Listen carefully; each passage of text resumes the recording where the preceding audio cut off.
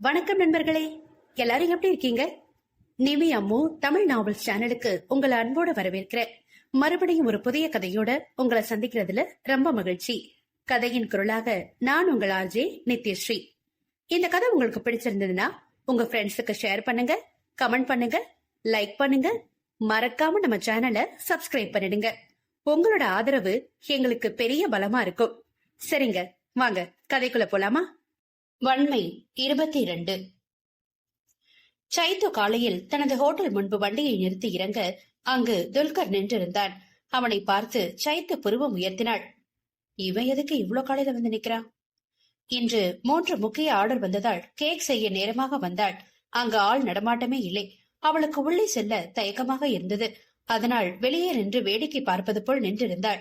தன் மடத்தனத்தை எண்ணி தன்னையே நொந்து கொண்டாள். தனியா போகாத சைத்து, நான் வர்றேன்னு அப்பவே கரண் சொன்னா. வீரமா கிளம்பி வந்தாச்சு. துலு அவளை நெருங்கி, என்ன சைத்து, என்ன பாத்துட்டு வாங்கன்னு கூட கூப்பிடல? அன்னைக்கு ராவணன் இருந்ததால என்னால உன்கிட்ட பேச முடியல. அதான் இன்னைக்கு வந்தேன் உன்கிட்ட பேசுறதுக்கு. ரொம்ப நேரமா அந்த குளிர்ல நிக்கிறேன். உள்ள கூட்டிட்டு போய் ஒரு டீ போட்டு தர்றது. சைத்து எதுவும் பேசவில்லை. அவளுக்கும் வெளியே குளிர் உதறியது. அவளால் குளிர் தாங்க முடியாது வேற. சரி, இன்னும் கொஞ்ச நேரத்துல ராணி அக்கா வந்துருவாங்க, பாத்துக்கலாம் என்று நினைத்து வாங்க உள்ள போலாம் அழைத்து கொண்டு சென்றாள். அவள் டீ போட்டு கொடுக்க அவன் அதை ஒரு மிடர் அறிந்து விட்டு, இந்த டீயை நான் 2 வருஷம் மிஸ் பண்ண சைத்து. நீ இப்ப ரொம்ப அழகா இருக்க தெரியுமா, முன்ன விட. அதான் ராவண அன்னைக்கு உன் கூட வந்தான். ராவணனுக்கும் என் அக்காவுக்கும் கல்யாணம் பண்ண முடிவு பண்ணிருக்காங்க வீட்ல. வேலை செய்து கொண்டிருந்தவள் கைகள் அப்படியே நின்றது. உள்ள மடித்துக் கொண்டது. அவளை ஓரக்கண்ணால் பார்த்து கொண்டே அவள் கவனிக்காத நேரம் அவள் அருகில் நெருங்கினாள். அவள் உடனே அவனை முறைக்க அவன் விலகி கொண்டு, அப்புறம் அன்னைக்கு கரண்ட் கம்பெனி சார்பா ஒரு பொண்ணு மாடலா வந்தாளே, அவ எங்க சைத்தோ? உன் கூட இல்லையா? இல்ல, அவ கரண்ட் கம்பெனில இருக்கா. அவனுக்கு உடம்பு பூரா மச்சம் போல. எத்தனை பொண்ணுங்க அவன! ச, அழகா இருக்காளுங்க. வாய்க்குள் முனகி கொண்டான். சைத்துவின் கெட்ட நேரம். ராணி அக்கா கூட அன்று வரவில்லை. அவள் வாசலையே பார்த்து கொண்டிருந்தாள். டீ கப்பை கொடுக்க வருவது போல் அவள் அருகில் நெருங்கி நிற்க சைத்து கீழே குனிந்து கத்தி எடுத்துக் கொண்டிருந்தாள். துலு அவளை தொட கையை உயர்த்தி கொண்டு செல்லும் நேரம், இங்க உனக்கு என்ன வேலை துல்கர்? வார்த்தைகள் இரும்பில் இருந்து வரும் சத்தத்தை போல் வன்மையாக வந்து விழுந்தது.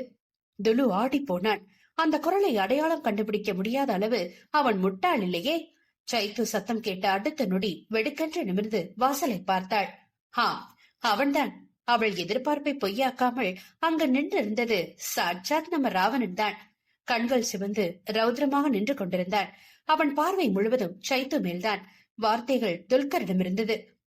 நான் கேட்டதுக்கு இன்னும் பதில் வரல துலு. உன்னை நான் புது மாடல் தேட சொல்லியிருந்தேன்ல, நீ இங்க வந்து என்ன பண்ணிட்டு இருக்க? வார்த்தைகளை கடித்து துப்பினான் வன்மையாக. அவனை துலு சத்தியமாக எதிர்பார்க்கவில்லை. என்ன சொல்லி தப்பிப்பது என்று முழித்தவன், அது மாடல் தேடிதான் இங்க வந்த ராவணா. ஓ, யார் அது? சைத்துவை பார்த்து கொண்டான். கேட்டான். மேனகா என்று துலு சொன்னதில் ராவணன் அவனை பார்த்து, இன்னொரு கம்பெனியோட மாடல் ஏன் கம்பெனிக்கு தேவையில்ல. துலு, ஏன் உனக்கு இது தெரியாதா? இந்த ராவணனை பத்தி துல்கர் மறந்துட்டானா என்று முன்னேறிக் கொண்டே அவன் கேட்டான். அவன் வார்த்தைகள் அழுத்தமாக வன்மை கூடிக்கொண்டே சென்றது. மேனகா இந்த ஹோட்டல்ல இருக்காளா துலு? எனக்கு தெரியாம போச்சே. வார்த்தைகள் தந்தி அடித்தது அவனுக்கு. இருந்தும் தன்னை காட்டிக்கொள்ள அன்னைக்கு சைத்து கிட்ட பேச முடியல, அதான் இன்னைக்கு வந்தேன். துப்பாக்கி குண்டு வேகத்தில் ராவணன் வாய்க்குள்ளிருந்து வார்த்தைகள் வந்து விழுந்தது. இந்த ராவண பொண்டாட்டிய பாக்குற உரிமை எவனுக்கு கிடையாது, ராவணனை தவிர. எனக்கு அடுத்த உரிமை அவளுக்கு உயிர் கொடுத்தவனுக்கும் உடன் பிறந்தவனுக்கும் மட்டும்தான் இருக்கு. அவ இந்த ராவணனோட உரிமை, ஏன் சொத்து. துலு புருவம் உயர்த்தினான். ஆனால் பேசதான் தைரியம் இல்லை. வார்த்தைகள் வர மறுத்தது. ராவணன் பேசிக்கொண்டே சைத்து அருகில் ஒரு நாற்காலியை இழுத்து போட்டு அமர்ந்து கொண்டான். கரணின் கார் மின்னல் வேகத்தில் வந்து நின்றது ஹோட்டல் முன்பு. சைத்து பாதுகாவலர்கள் துலு போட்டோவுடன் தகவல் கூறிவிட்டனர். அடுத்த நொடி கிளம்பி விட்டான். கரண் இறங்கி சிங்கம் என உள்ளே வர அவனுக்கு முன்பே ஒரு சிங்கம் வேட்டையாடும் வெறியோடு உள்ளே அமர்ந்திருப்பதை கண்டான். அவன் பார்வை சைத்துவை பார்க்க அவள் முகம் பயத்தில் வெளிரி இருந்தது. கரண் இருக்கை நீட்டி அழைக்க அவள் ஓடி வந்து அவன் கைகளுக்குள் கோழி குஞ்சு போல் பொரிந்து கொண்டாள். கரண் பின்னாலே மேனகா நின்றாள். துளுவின் பார்வை அவளை தழுவி கரண் பக்கம் திரும்பி, மிஸ்டர் கரண், இவங்க ராவணன் பொண்டாட்டி. ராவணனோட சொத்து. அவனுக்கு மட்டும்தான் சொந்தம். நீ எப்படி கட்டிப்பிடிக்கலாம்? ராவணா, நீ கேள. ராவணன் கூறியதை அவனுக்கே திருப்ப, நீ இன்னும் வெளியே போகலையா துலு? இடியென முழங்கினான் ராவணன். ஹோட்டல் முழுவதும் எதிரொலித்தது. அவன் சத்தத்தில் சைத்து இன்னும் கரணுள் ஒடுங்கி போனாள். துலு அங்கிருந்தவர்களை விரைத்துவிட்டு வெளியே செல்ல வழுக்கி கீழே விழுந்தான். மா என்ற கூவலுடன் மேனகா உள்ளே வரும்போதே வாசலில் கொஞ்சம் கூழாங்கல் போட்டு வைத்து வந்தாள். துலு ஷூ அணிந்து கோபமாக அடி வைக்க வழுக்கி கொண்டு விழுந்தான். மேனகா அவனை பார்த்து நக்கலாக சிரித்தாள். அதிதியை ஸ்கூலில் விட்டுவிட்டு வந்த ஜான்வி கண்ணில் துலு வழுக்கி விழும் காட்சி சிக்கியது. அவள் பங்குக்கு ஏதாவது செய்ய நினைத்தாள். இரவு அதிதிக்கு படம் வரைந்து ஒட்டிய ஃபெவிகால் அவள் பையில் இருந்தது. எடுத்து திறந்திருந்த கண்ணாடி வழியே அவன் கார் சீட்டில் ஊற்றினாள். கொஞ்சம் கார் ஸ்டியரிங்கில் ஊத்திவிட்டு நழுவி கொண்டாள். மேனகா சென்று எல்லோருக்கும் டீ போட்டு எடுத்து வந்தாள். முதலில் ராவணனிடம், அண்ணா எடுத்துக்கோங்க, எனக்கு சைத்து அளவுக்கு ருசியா போட தெரியாது. ராவணன் எடுத்துக்கொண்டான். அடுத்து கரனுக்கு கொடுத்தாள். அவன் சைத்துவை பிரித்து அமர வைத்து கொஞ்சம் கொஞ்சமாக அவளுக்கு ஊட்டி விட்டான். மேனகா ஜானுக்கு கொடுத்து விட்டு தனக்கு எடுத்துக்கொண்டு அமர்ந்தாள். மனம் இருந்தது. தனியா இருக்க பொண்ண தேடி அவன் எதுக்கு வரணும்? அதுவும் ஒரு ராவணனோட ஃப்ரெண்டு வேற. கரண் ராவணனை பார்க்க அவன் முகத்தில் எந்த உணர்வும் இல்லை. ஆனால் கண்கள் அனல் கக்கியது கோபத்தில். பார்வை முழுவதும் சைத்து மேல் மட்டுமே இருந்தது. கரண் மற்றவரை அழைத்துக் கொண்டு அங்கிருந்து கிளம்பினான். ராவணன் சைத்து இருவர் மட்டுமே அங்கிருந்தனர். சைத்து ராவணனை நிமிர்ந்து பார்க்கவில்லை. ராவணன் அவளை விட்டு பார்வையை அகற்றவில்லை. இருந்த இடத்திலிருந்து எழுந்தவன் அவள் கைப்பிடித்து அழைத்துக் கொண்டு அவன் கார் நோக்கி சென்றான். கதவை திறந்து அவளை உள்ளே தள்ளினான். தனது பாதுகாவலர்களை தடுத்துவிட்டு தானே காரை ஓட்டிக்கொண்டு ஒரு மலை உச்சிக்கு சென்றான். காரை நிறுத்தி அவளை பார்க்க அவள் கதவோடு ஒட்டிக்கொண்டு பயத்தில் நகத்தை கடித்துக் கொண்டிருந்தாள். அவள் மேவாயை பிடித்து தன்னை பார்க்க செய்தான். அவள் இரு விழிகள் அங்கும் இங்கும் ஓடிக்கொண்டே இருந்தது நிற்காமல். அவள் உதடுகள் துடித்தது பயத்தில், நடுக்கத்தில். என்ன நினைத்தானோ? அவள் உதடுகளை வன்மையாக சிறை செய்தான்.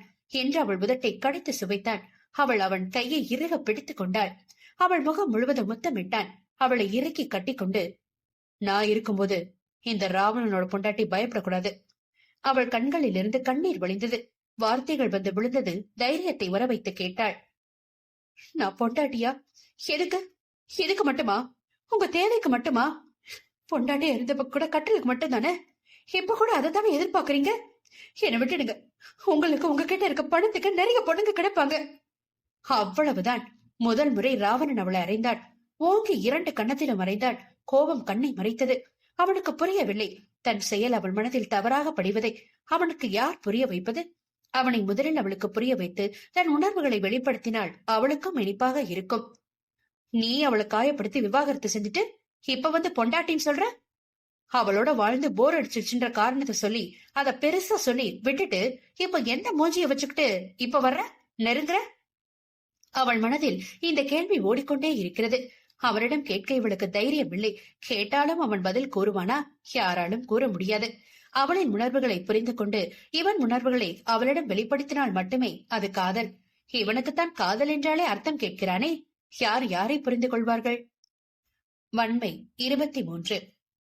ராவணன் அவளை அவள் ஹோட்டல் முன்பு இறக்கிவிட்டு திரும்பி பார்க்காமல் சென்று விட்டான். ஜான்வி குதித்தாள். நீ எதுக்கு நான் அந்த ராவணன் கிட்ட சைத்துவ தனியா விட்டுட்டு வந்த? எனக்கு சரியா படல. நம்ம சைத்துக்கும் அந்த ராவணன் வேண்டாம். எனக்கு பிடிக்கவே இல்ல. ஜான்வி தன் மனக்குமுறலை கொட்டிக் கொண்டிருந்தாள். கரண் எதுவும் சொல்லாமல் அவளையும் மேனகாவையும் புன்னகையுடன் பார்த்து கொண்டிருந்தான். மேனகா கரனை பார்த்து, எதுக்கு அந்த துல்கர் சைத்துவ பார்க்க வரணும்? எனக்கு அவனை கண்டாலே பிடிக்கல. அவன் பார்வையே சரியா படல கரண். இருவருக்கும் பொதுவான பதிலை கூறினான். சைத்துக்கு நல்லது மட்டும்தான் நான் செய்வேன். அதே போல அவளை யாராவது காயப்படுத்தினா அது கடவுளாவே இருந்தாலும் விட மாட்டேன். நான் ஏன் இப்படி பண்றேன்னு போக போக புரியும் உங்க 2 பேருக்கும். நான் சொல்லி புரியறதை விட செயல்ல புரியணும் உங்களுக்கு. அதே போல ராவணன் சைத்துவ காயப்படுத்தினா வேடிக்கை பார்க்க மாட்டேன். கவலைப்படாம நம்ம ப்ராஜெக்ட் பத்தி யோசிங்க. பாவம், அங்கு ராவணன் அடித்த அடியில் சைத்து குழந்தை போல் சுருண்டு கிடப்பதை பார்த்தால் கரண் என்ன செய்வான்? துலு தன் காரின் நிலையை யார் மாற்றியது என்று தெரியாமல் சீட்டில் இருந்து எழ முடியாமல் தவித்தான். தன் அம்மாவுக்கு போன் செய்து தான் இருக்கும் இடம் கூறி வர சொல்லி காத்திருந்தான். யாமினி தன் மகன் கூறிய இடத்தில் சில மணி நேரத்திற்கு பிறகு வந்தாள். தன் பேண்டை கழட்டினான் துலு.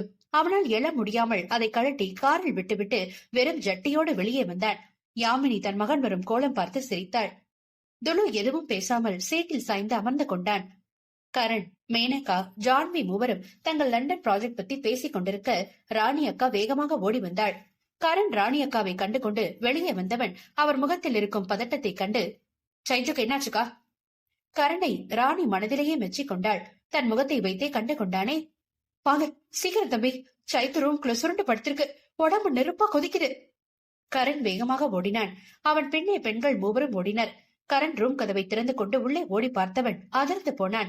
அந்த சின்ன பெட்டில் சைத்து ஒரு மூலையில் கை கால்களை குறுக்கி நடுக்கிக் கொண்டே படுத்து கிடந்தாள். கரண் துடித்து போனான் அவளை கண்டு.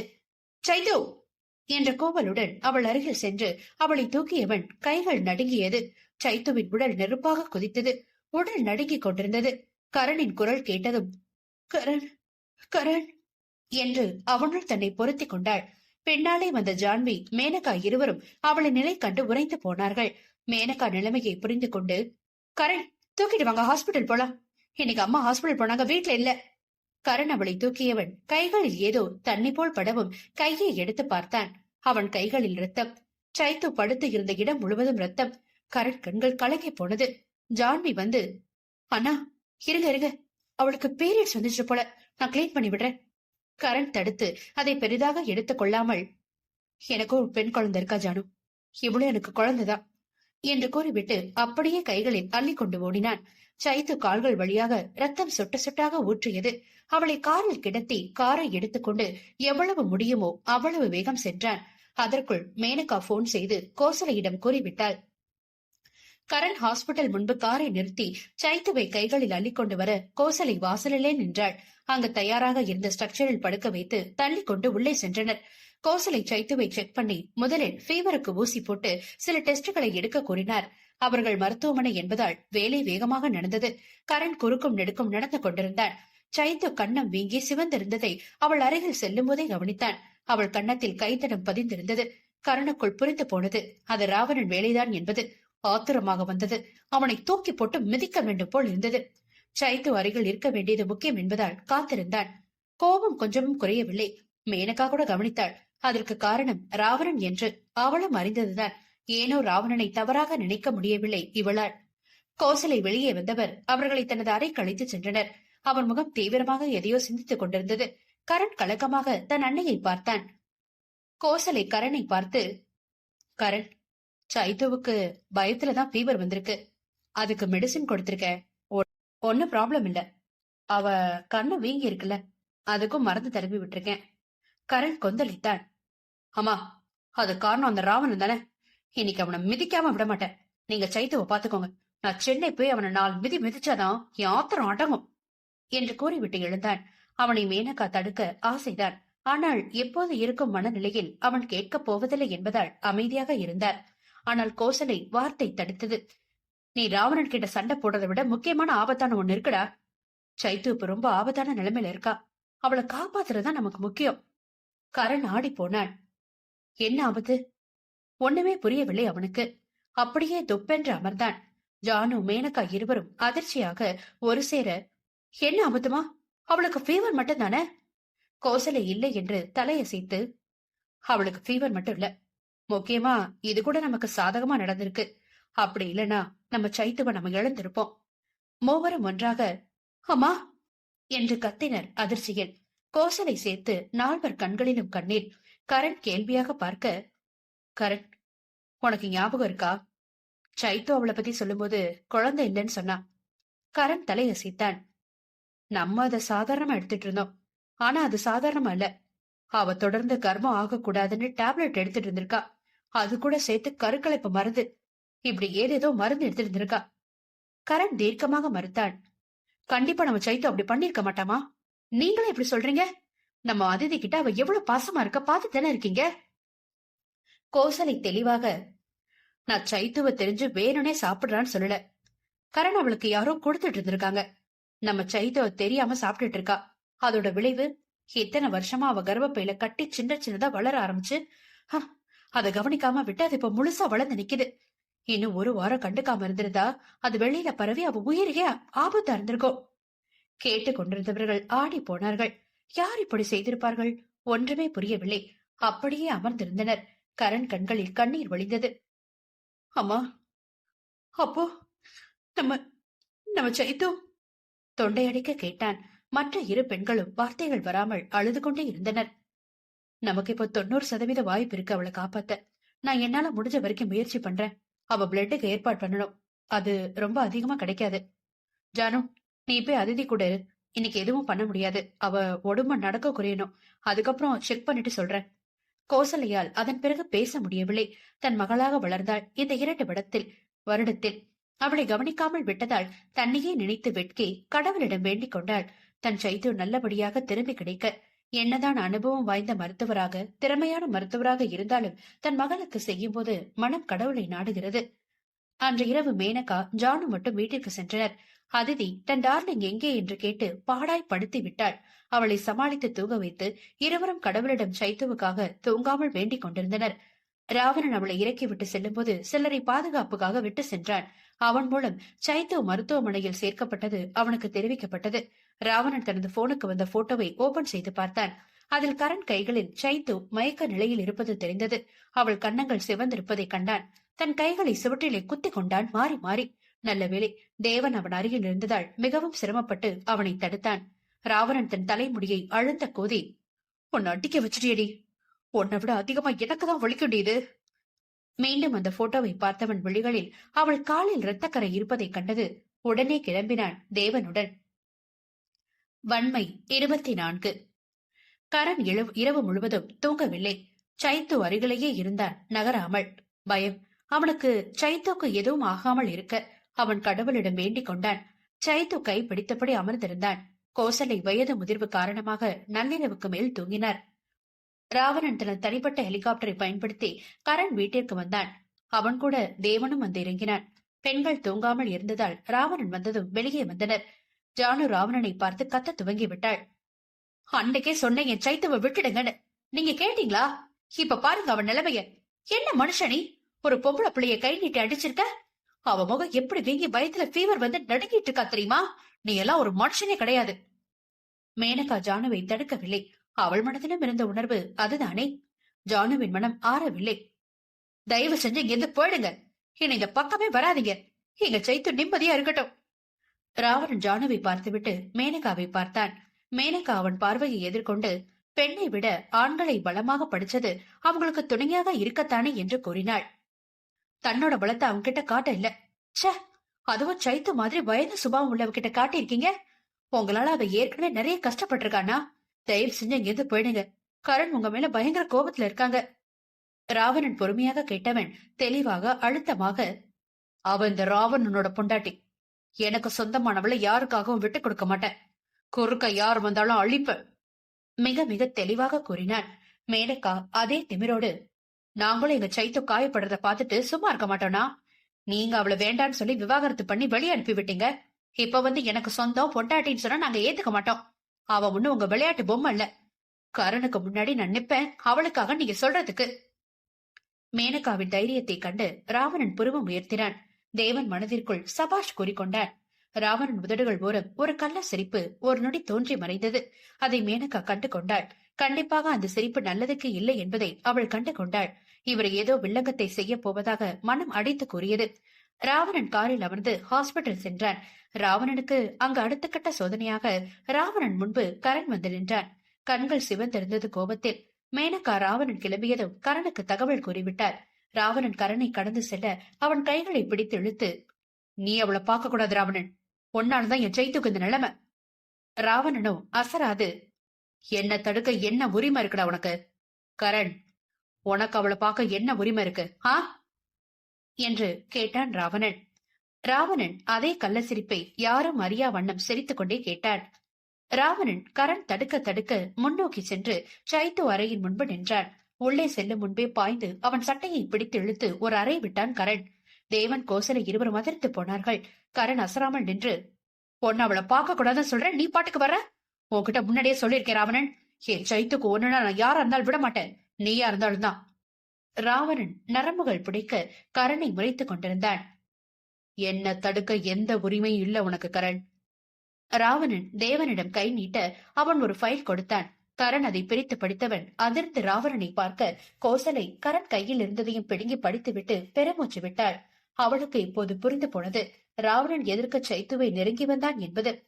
கோசலை கைகளில் இருந்த பேப்பர்கள் கூறியது சைத்ரா ராவணன் இருவரும் சட்டப்படி கணவன் மனைவி என்பதை. இது எப்படி சாத்தியம்? இவன்தான் சைத்துவை விவகாரத்து பண்ணிவிட்டானே. ராவணன் சைத்து அறைக்குள் சென்று அவளை முறைத்துக் கொண்டு நின்றான். தேவன், கரண், கோசலை இருவரை பார்த்து, விவாகரத்து எல்லாமே நாடகம், அது மத்தவங்க பார்வைக்கு மட்டும்தான். ஆனா உண்மையா நடந்தது சைத்ரா மேடம் கிட்ட கையெழுத்து வாங்கினது எல்லாமே மேரேஜ் ரெஜிஸ்டர் பேப்பர்ல தான். நீங்க வேற ஏதாவது தெரிஞ்சுக்க நினைச்சா அதுக்கு ராவணன் தான் பதில் சொல்லணும். கோசலை நிலைமையை புரிந்து கொண்டு, எல்லாத்தையும் விட சைத்து சர்ஜரி பத்தி ராவணன் கிட்ட பேசணும். நினைக்கும் போதே வெளியே வந்த ராவணன், இப்போ அவளுக்கு நார்மலா இருக்கு, நீங்க சர்ஜரி ஸ்டார்ட் பண்ணுங்க, சைத்ராவுக்கு கரண் ரத்தம் கொடுப்பான் என்று கூறினான். 2 பேருக்குமே ஒரே ரத்தம் தான். அங்கிருந்தவர்கள் வாயை பிளந்து பார்த்தனர் ராவணனை. அவன் ராவணன் என்பதை மறந்து விடுகின்றனர். 10 தலை மட்டும்தான் இல்லை அவனுக்கு. மூளையும் கண்களும் காதுகளும் உடல் முழுவதும் உண்டு. மற்றவர் கூறும் முன்பே இவன் செய்து முடித்து விடுபவன். அவன் மனைவி பற்றி அறியாமல் இருப்பானா? அறுவை சிகிச்சைக்கு எல்லாம் தயார் செய்யப்பட்டது. உலக புகழ்பெற்ற 2 மருத்துவரை வர வைத்தான் ராவணன். எல்லாம் தயாராக இருக்க ராவணன் சைத்து அருகில் சென்று, நீ என்னை விட்டு போகணும்னு நினைக்க கூட கூடாது. அத நான் தாண்டி முடிவு பண்ணோம். இனி தயாராகிரு இந்த ராவணனோட வேட்டைக்கு.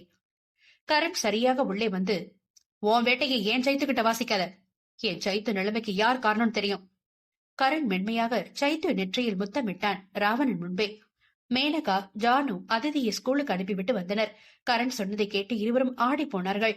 அப்போதும் ஜானு அடங்காமல், மிஸ்டர் ராவணன், என் சைத்துக்கு நீங்க வேண்டாம். தேவன் அவள் கையை பிடித்து அழைத்து சென்று, அடங்கவே மாட்டியா நீ? நான் இது கடங்கணும்? என்ன தப்பான? ஓவரா பேசின, அடிச்சு மூஞ்ச பேத்துருவேன் சொல்லிட்டேன். கையை உருவி கொண்டு சென்றாள்.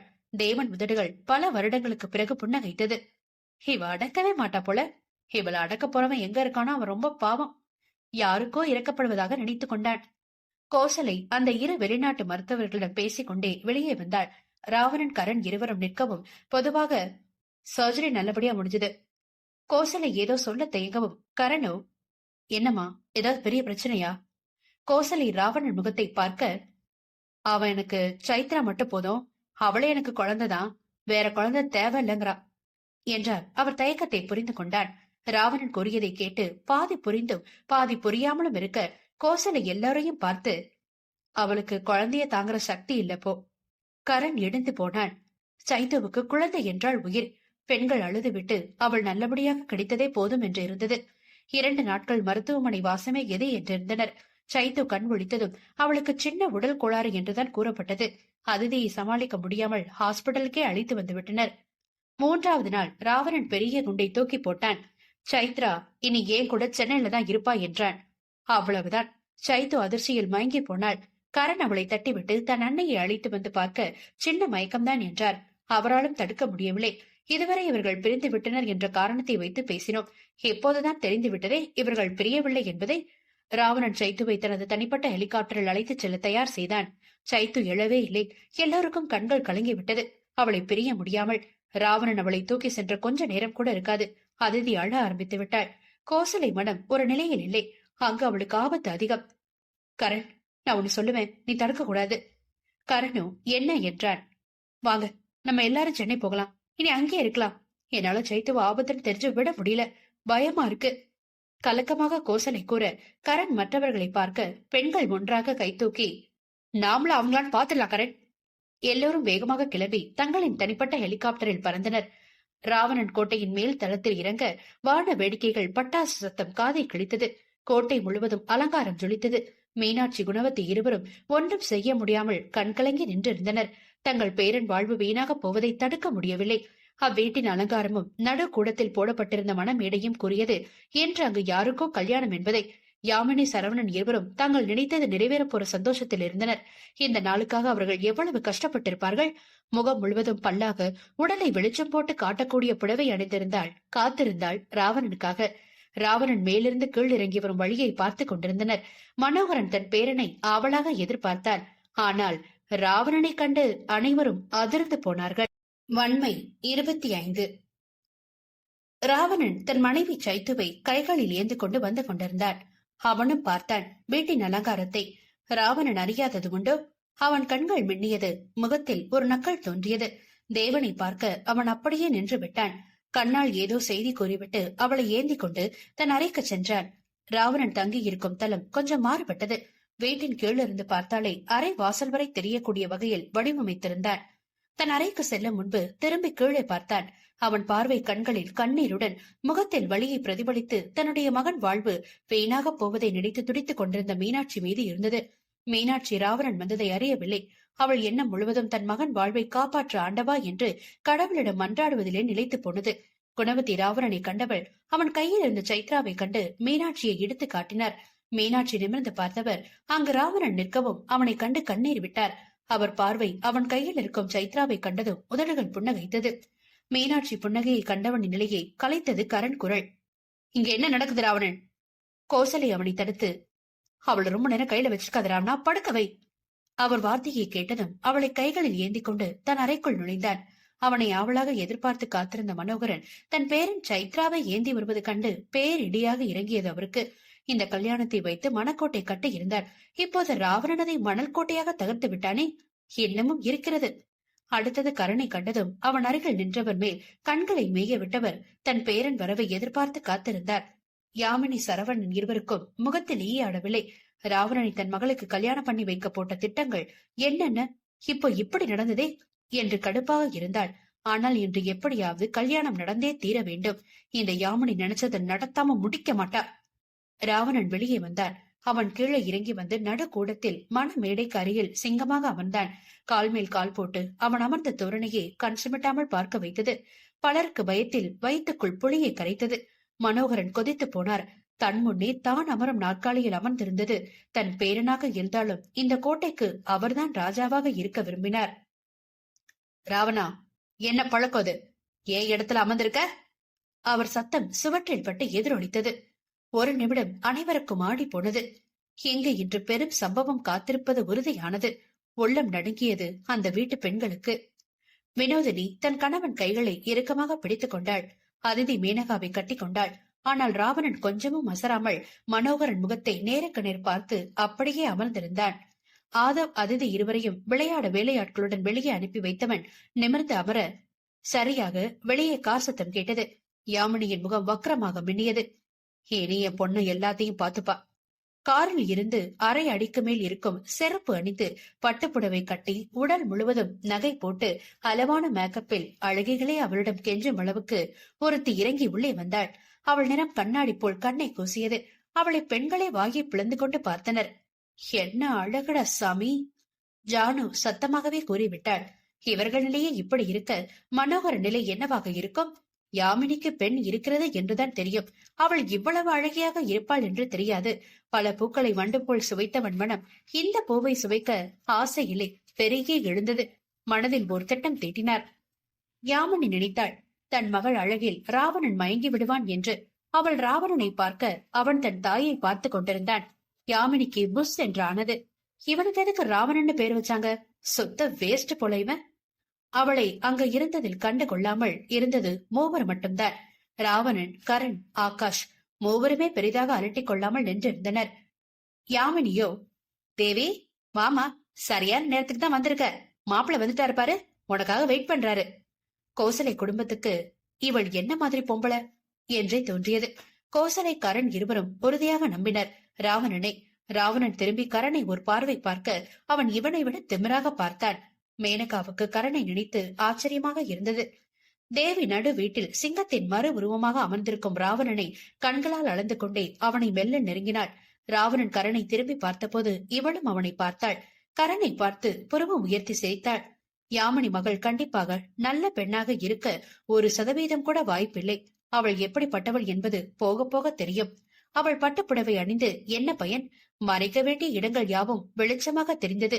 இல்லை இல்லை, அவள் காட்டிக் கொண்டு வந்தாள். குணவதி அவளை பார்த்து முகம் சுழித்தவர் தன் கணவர் பார்வையை கண்டு கொண்டார். முகத்தில் எதுவும் காட்டிக்கொள்ளாமல், ஆண்டவா, யார் வேணாலும் கெட்டு குட்டிச்சவரா போகட்டும், என் பேரனுங்க நல்லா இருக்கணும், கடவுளுக்கு விண்ணப்பம் அனுப்பிவிட்டு காத்திருந்தார்.